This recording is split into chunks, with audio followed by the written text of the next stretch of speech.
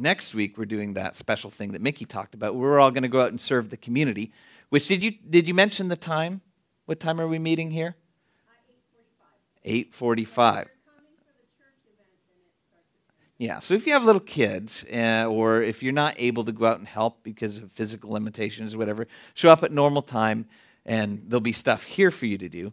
But if you're part of the service projects out in the community, church starts at 9 next week. So it's like a 3-hour church service without a sermon. So you gain some and you lose some, right?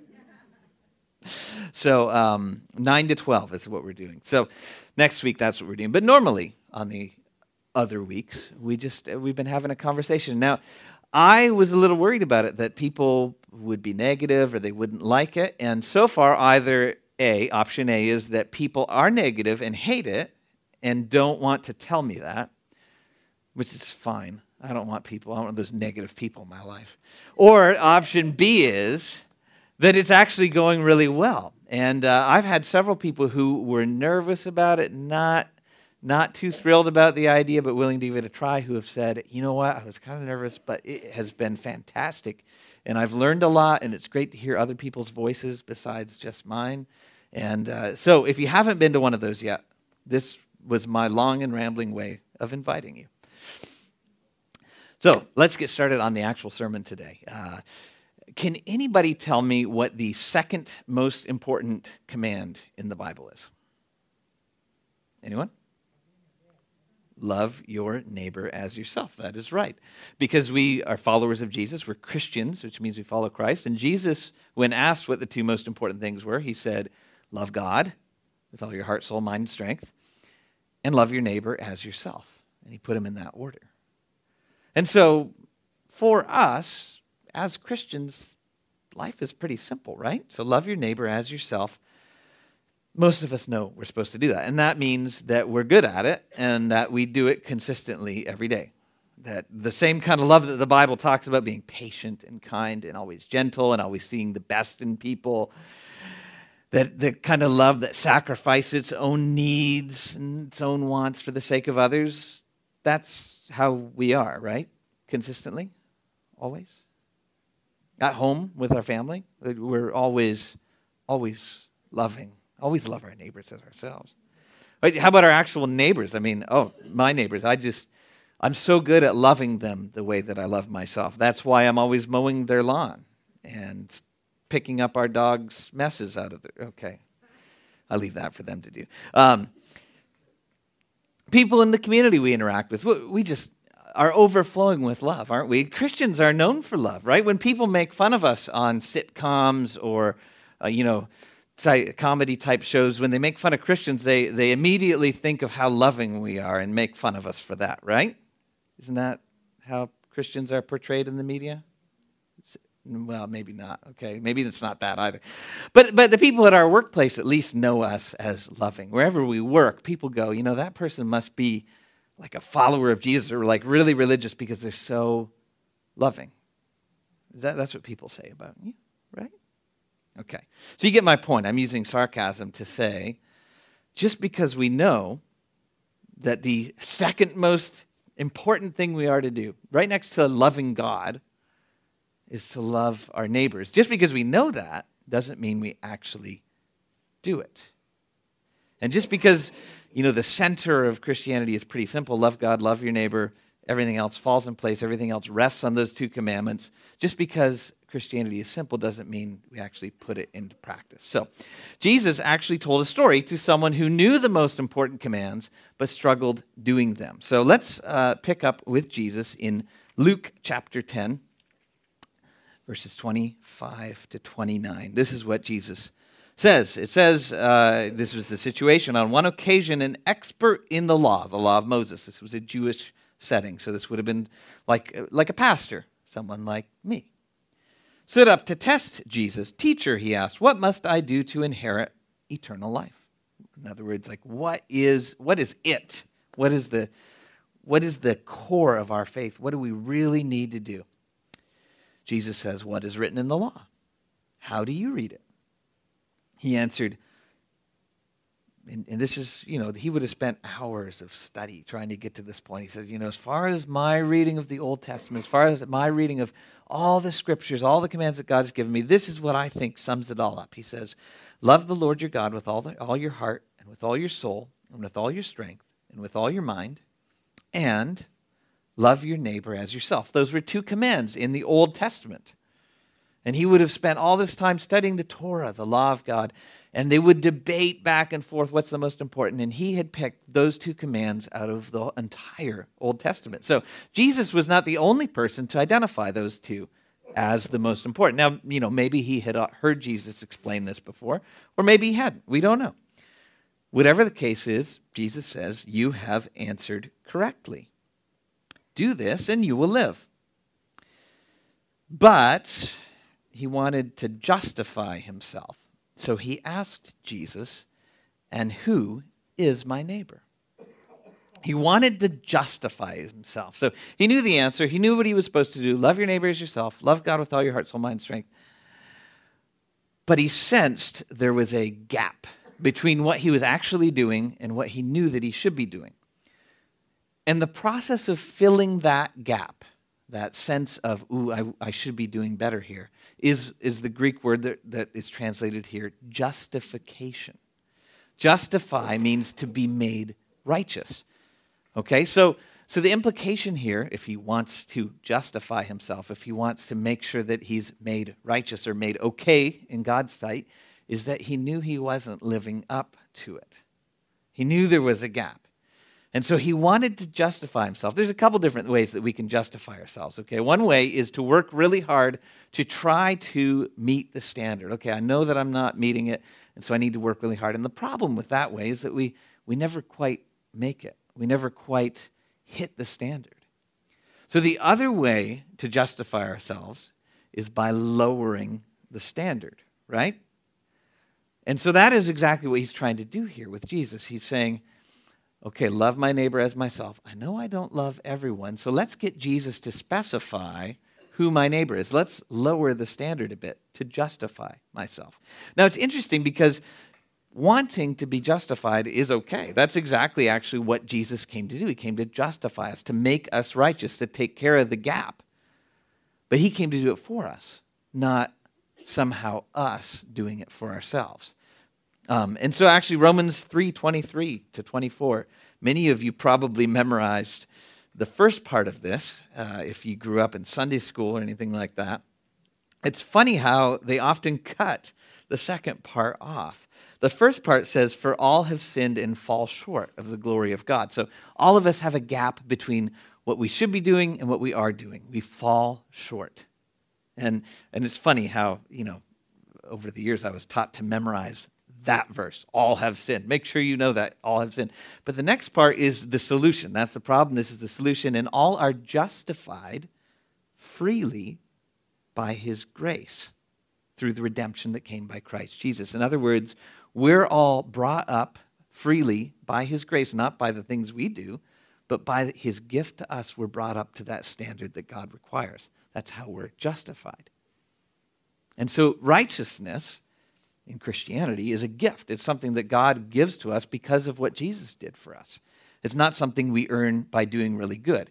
And so wanting to justify ourselves is a natural thing we want to do. We either want to try to work really hard to impress God or to live up to some standard, or we want to bring those standards down to the level that we're at, when what God invites us to do is just to trust him and accept the gift he wants to give us. Now, so he wants to justify himself by bringing the standards down. He wants Jesus to say something along the lines of, okay, who is my neighbor? Well, your neighbor is someone who lives in a certain distance of you. He's part of your tribe, maybe, or part of your gender, part of your race as a Jew. He wants Jesus to put some sort of limits on what a neighbor is so that he doesn't have to love everyone. Because surely God doesn't expect me to love everyone. Because some people are annoying. And some people cause me trouble. And some people have hurt me deeply. And so surely that God doesn't mean love everyone. He means love just neighbors. And so Jesus, could you just define what neighbor is so I can just love those people? And so Jesus answers in a way that's very typical of Jesus, because Jesus Jesus doesn't like to give straight answers. And I don't know if you've ever noticed this. We actually believe Jesus is still alive and that we can have a relationship with him. And still today, Jesus does not like to give straight answers, okay? I don't know if you've had that experience in your spiritual life, but it is not, step one, do this, step two, do this. Jesus leads us on a very winding and sometimes confusing road. And so Jesus, instead of giving him the answer that he wants, tells a story to make him think. Picks up in verse 30. Who is my neighbor? In reply, Jesus said, a man was going down from Jerusalem to Jericho when he was attacked by robbers. They stripped him of his clothes, beat him, and went away, leaving him half dead. A priest happened to be going down the same road, and when he saw the man, he passed by on the other side. So too a Levite, when he came to the place and saw him, he passed by on the other side. A Levite was another religious leader. But a Samaritan, and Samaritans were the despised other race. Jews did not associate with Samaritans. Samaritans didn't particularly like Jews either. They were very prejudiced against each other because they had different religious backgrounds, different beliefs. Each of them viewed the other as sort of heretical and wrong and off track, and they were different races, and each of them saw their own race as sort of superior. And so that's why it's interesting that Jesus, when he's making up the story, this is a teaching story, he inserts the hero of the story as a Samaritan. We tend to hear the word Samaritan as a good word because of this story. Samaritan was a bad word back then, a bad type of person to the audience that Jesus was addressing. So here comes the Samaritan. As he traveled, he came to where the man was, and when he saw him, he took pity on him. He went to him and bandaged his wounds, pouring on oil and wine. I'm not sure how that would feel. I don't know if you've ever tried that. Next time your kid comes in, let me get the oil and wine out. Wine for mommy and oil for your wound.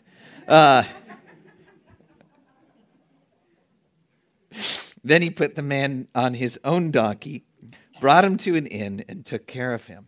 The next day he took out 2 denarii and gave them to the innkeeper. That's money. He gave the innkeeper money. He set up a tab, basically. Look after him, he said, and when I return, I will reimburse you for any extra expense you may have. Jesus says, which of these 3 do you think was a neighbor to the man who fell into the hands of robbers? The expert in the law replied, the one who had mercy on him. Jesus told him, go and do likewise. So the first thing I want to point out is this story that is fairly familiar to people who have been around church is told to someone who already knew what he was supposed to do. He told Jesus what the most important commandments were. Love your neighbor as yourself. Love God with all your heart, soul, mind, strength. And so if you're here today and you're going, love people, love your neighbor, Good Samaritan, whatever, I already know this. The point is not knowing it. In fact, the sermon that I'm preaching here, as I prepared it, I was like, I think I preached this within the last 6 months. So if you're going, repetition, I already know. Don't let it speak to your mind. Because Jesus wasn't trying to speak to this guy's mind to convince him that he was supposed to love people. He was trying to speak to his heart, to get him to actually act like he loved people. So, first thing to understand is that this is told to us, people who know the command, who know what we're supposed to do, but who would rather justify ourselves by saying, love this person, but not this person. And Jesus tells this story. So now, the first 2 people who go by, why didn't they stop? We don't know. It doesn't list. Maybe they were worried about their ritual cleanliness. Maybe they were on their way to the temple and they were afraid that the guy was dead, and so if they touched a dead body, they wouldn't be allowed to serve in the temple because there were purity laws like that. Maybe they were just too busy. They had too much in their life. Or maybe they, in their minds, thought, well, I don't know how to help a wounded guy alongside the road. All I've got is this oil and wine, and that doesn't help wounds, so I'll just keep going to the temple and pray for him, maybe that someone's going to come along who knows what they're doing and knows how to help them. Maybe they just felt like they were too important. Maybe they were religious jerks and they'd look down on the rest of the world. We don't know what was going on in their minds. But what I do know is that when faced with the decision to do something truly loving, truly sacrificially loving, it is never the path of least resistance. The loving thing is never the easiest thing. And so these guys took the easy path, which was just to walk on by. Maybe it would bother their conscience for a little bit, but they knew if they got to wherever they were going and got busy with their work, they would forget about that guy, whether he was alive or dead. They didn't know. Wasn't their responsibility. So it's always easier to do the thing that's not as loving. But the Samaritan stops. And again, that would have been someone that Jesus' Jewish audience would have been prejudiced against in that day. And yet he's the one who stopped and did something. Now, I find it interesting that the same word is used 3 times. For all 3 people, the word see is used. Each one of them saw the man. Okay? The first 2 saw him and passed by. And the last one saw him and had pity on him. Now, I think maybe there are a couple different ways of seeing here. I think that the first 2 guys saw with their eyes, but didn't make a certain type of connection.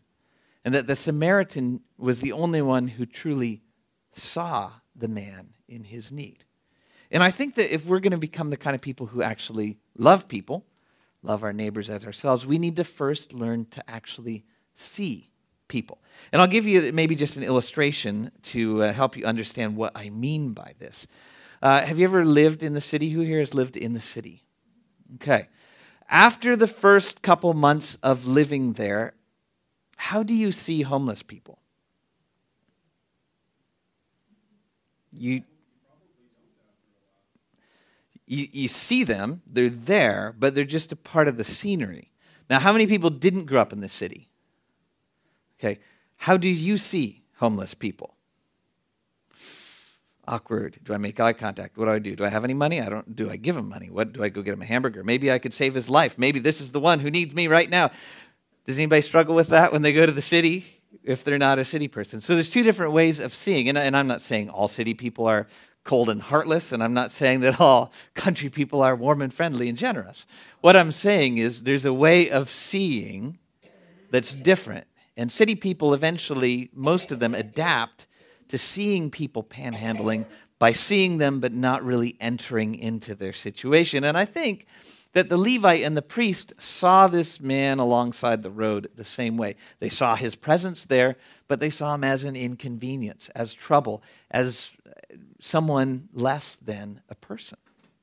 Whereas the Samaritan actually saw him as another human being, as someone else just as important, just as real, just as valid as what they were. Now, I think the same thing happens to us on a daily basis. Not so much with, panhandlers around town, because we don't see that as much in our part of the country. But I think that there are people that we encounter every day, cashiers at Walmart. The person who you run into at the store. Your kids' teachers, the person who pumps your gas. Oh, wait, that doesn't happen anymore. The person who used to pump your gas until that gas station closed. These people we come into contact with on a daily basis, we don't really see them most of the time, do we? We don't really enter into their reality and understand that they're a person that's just as real, just as important, and just as valuable as we are. We kind of just move by and pass them by the way that the priest and the Levite might have. Now, this is something that I see happening in my own life. So maybe I'm the only person who does this, but I tend to think other people often struggle with the same things I do because we're all in the same boat sometimes. And sometimes I just pass by people without realizing they're actually people. And what I think is important to understand is not loving people doesn't mean beating them up and throwing them in a ditch. Okay? It means passing them by without noticing them, without truly seeing them. Not loving people doesn't mean hurting them intentionally. It means treating them as if they're not really there or not as important and valuable as I am. I don't know if you realize this, but we're all starring in a movie. Okay? We're all starring in the movie. Your movie is about your life. And you get to play the central lead starring role in this movie about your life, right? And all of us, we come in and we play supporting roles for your movie about your life. We make the plot maybe a little more interesting by hindering you or helping you on whatever your goals are. But you're the star. Now, some of these supporting roles are people close to us, like our family and our friends. They get to play prominent roles in our movie. That's why we say things like my wife or my husband or my children or my friends or my boss or my employees or my church. Because the movie is about us, and the people in it are just there to help or hinder us, right? That's kind of how we experience life. And then there's the other people who are just really extras in the movie about our lives, like, our neighbors and coworkers and cleaning people and store clerks and cashiers. Those are really just extras who come and go, and they're not even my anything. They're just the cashier, the store clerk, the cleaning lady. Okay? So we have in our movie, we have ourselves playing the central lead starring role. It's all about us. Then we have these supporting roles surrounding us, my wife, my children, my boss. And then we have the cashier, the cleaning person. And we go through life just naturally like that because that's how we're wired. That's how we're born. We see these people and we just sort of pass by them. But love calls us to get out of that mode, to see that ours is not the only movie, that ours is not the most important movie, that everyone around us is starring in their own movie that's just as important, just as valid, just as real as ours is.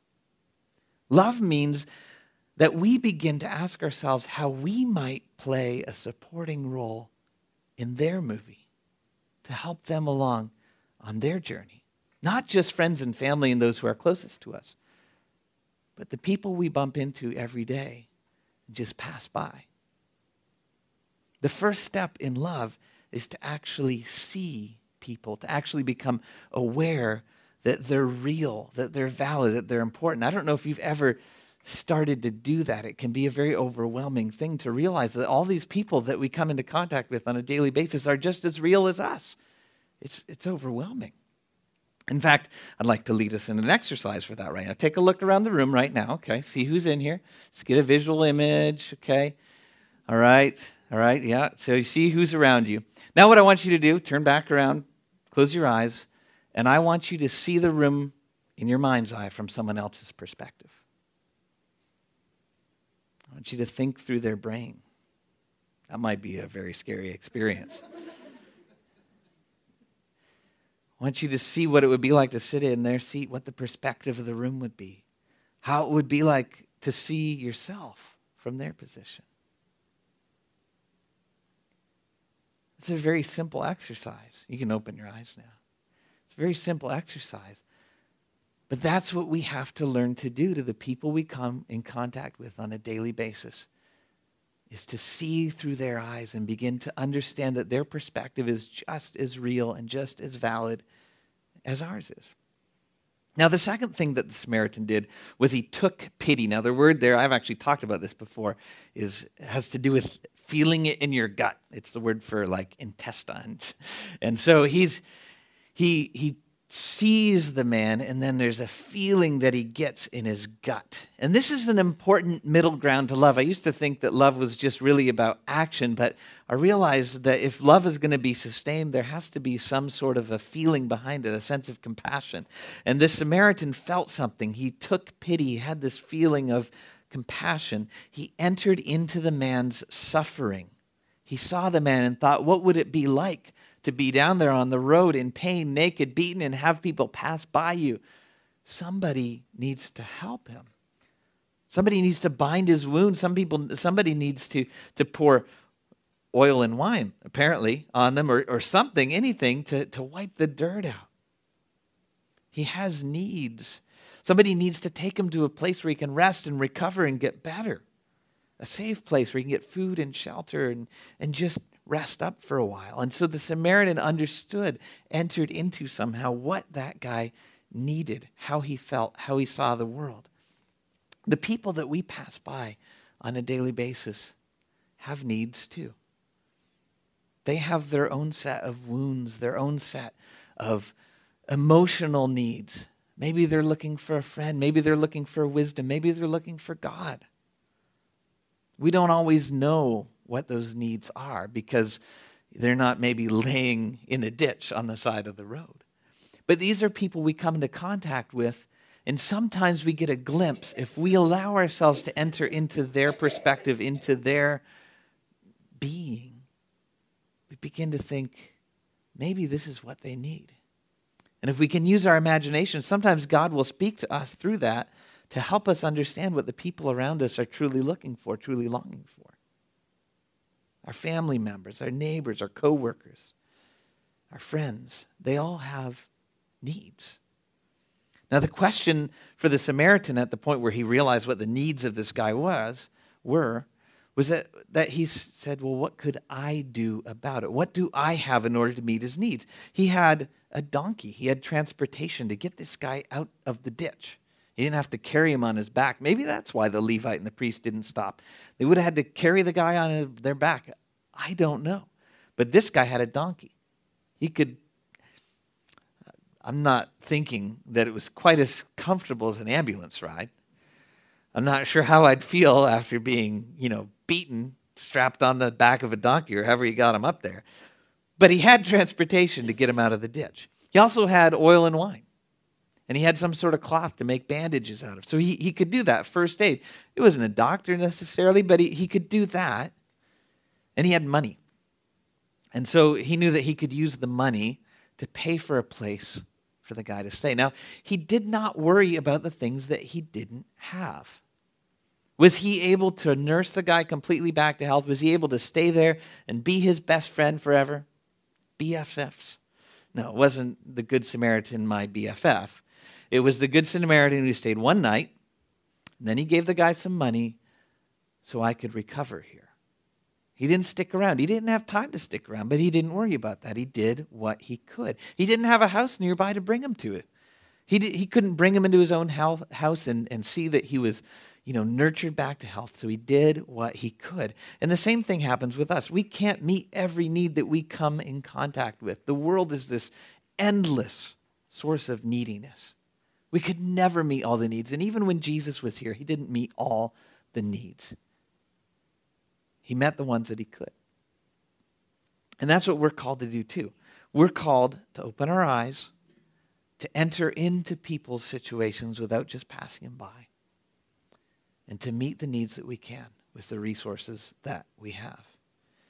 The point is not fixing people. The point is not being everyone's best friend. The point is not meeting every need we ever come across in the world. The point is being aware enough to know what God is putting in our path for us to do, for us to meet the needs for. Discerning who we should do that for and who to invest our lives in is probably more art than science. And there are priorities for our love. When we talk about loving our neighbor, do you know there are people that it is more important for you to love than others? That sounds kind of bad. It's not that some people are more important than others. It's that you are more important to some people than you are to others. In other words, I am the only father my children will ever have. And so if I don't love them, or if somehow I sacrifice my ability to love them in order to be a really good pastor, and really serve the community and love lots of people in the community, but I don't love the children that God gave me, then that's a wrong priority. And I think the scriptures make that pretty clear. There are some people that we are called to invest in more because we're more important to them, not because they're more important people. And I think the other thing to understand is that the beginning of loving others is contained right there in that verse. The beginning of loving others is loving ourselves. You can't love someone else if you don't love yourself because you don't know what love is yet. You can't treat someone else as valuable if you don't feel like you're valuable because you have no center to do that from. And so the first part, or maybe an equal part of this command, as we love others, we need to love ourselves. As we care for others, we need to care for ourselves. It's not a sin to love yourself and to see yourself as valuable, important, made by God, loved by God. It's not a sin to live in a movie that's about you, as long as you understand that everybody else has a movie that's just as important. Self-care is never a selfish act. Taking care of yourself allows you to be able to serve others and to be able to love others. And the other thing I would say is that if you struggle with loving yourself, the place where self-love starts is allowing God to love you, allowing God's love to surround you. And if you are thinking about all this and you're going, I just can't do it. I've tried to love people before, but I'm so self-absorbed, or this is something I struggle with. What you need to do is start with God's love. You need to start with opening your heart and saying, God, I need you to teach me how much you love me. And that's the beginning of this. 1 John something or other says, we love because he first loved us. And that's the process we go through. He loves us. That allows us to love and value ourselves.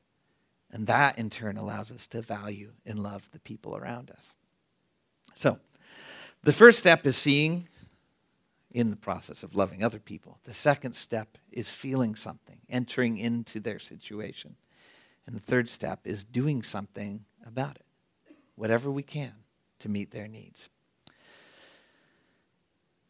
Next week, that's what we're going to do. We're going to go out in the community and put this in practice. We're going to try to meet needs. And hopefully we'll do it not just because the pastor planned this weird serving event, but hopefully we'll do it somehow out of love. And that as we serve, we can express love through our actions and maybe enter into some people's needs. So I want to end with just a time of prayer, and I don't want it to be just me praying a generic prayer. I want this to be a time of discernment for us, because I believe that God actually still speaks in real ways that we can understand. And so I want to have a time just listening to God's voice for a minute here, and just guide us through these three steps of seeing, feeling, and doing that maybe God is calling us to right now. Maybe God has someone that you are the one he has to love them, to meet their needs somehow. Maybe you are going to have a choice this week even of whether you pass by or whether you see and feel and do something.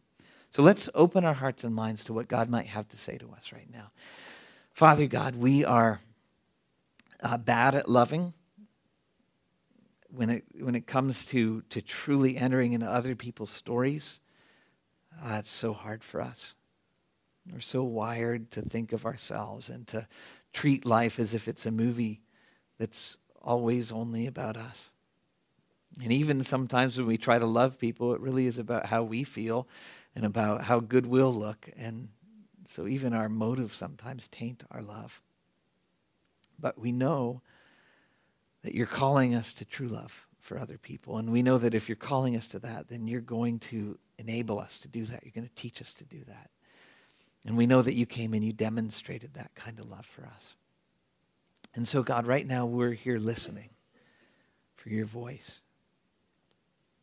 wanting to hear what you would say to us. And I pray for each person in here right now that you would put an image in their mind of someone that you want them to show love to. Would you just speak to us? Where does your mind turn as you're quiet? What does the Holy Spirit say to you about who you need to enter into their life, into their movie, to play a supporting role? There's probably 1,000 people that you could do that for. What's the one person that he's bringing to mind? Let's just think for a minute. Is there a name, a face, opportunity?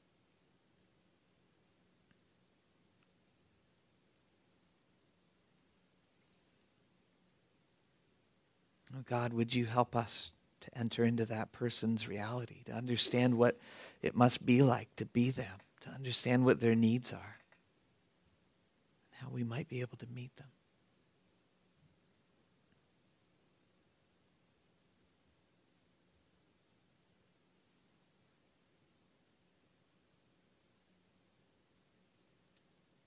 God, what do you want us to do? When? How? Generic feelings don't usually lead to action. What do you want us to do?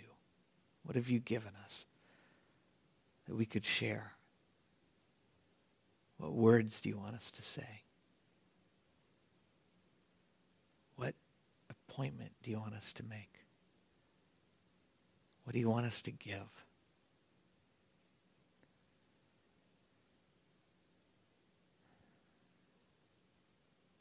God, this is what we want on a daily basis.